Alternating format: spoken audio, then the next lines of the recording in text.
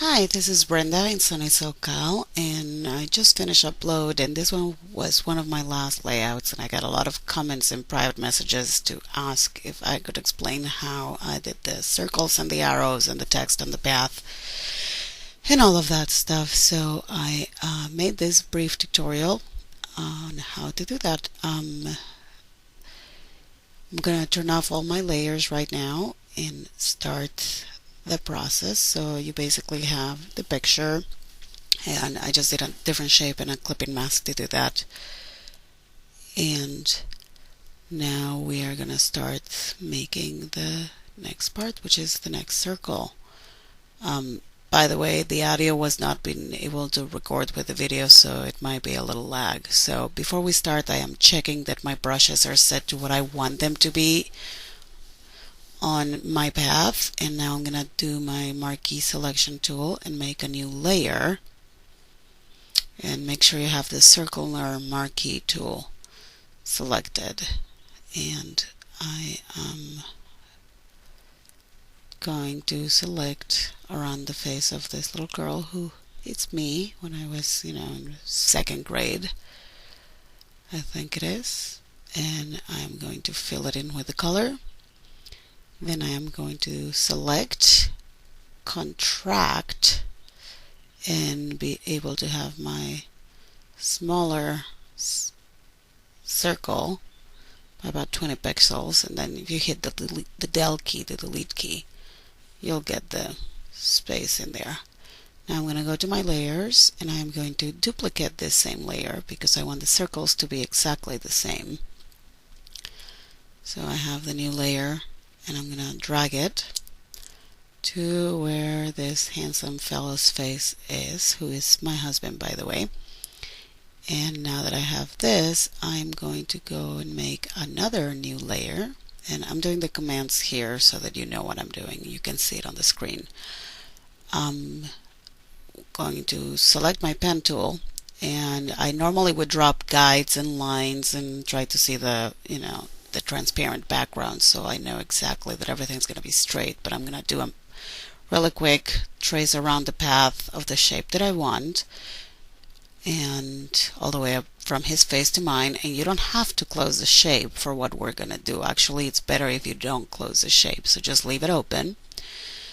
And now we're going to back to the layers palette, and we are going to choose our path. And now that we have the path, we're going to right click on it, and we're going to select stroke. Once we have stroke, you will see the options we're getting, and it's the brush that we selected earlier, and we hit OK, and now we can see the red mark around it. Now you see all those little squares, we just unselect the path, and they're right there. Anyway, so we are going to now make our text path. We cannot make it on this because then the text will be immediately. So we select our path again. We are going to turn it into a selection. We're going to hit OK. And we are going to make our selection larger. So we're going to go to select, or transform selection, whichever works. Oh, I forgot I have to make a new layer for this before we actually do any of that, because if not, we're going to just mess up this path, which we don't want to touch. So let's go back to our layers.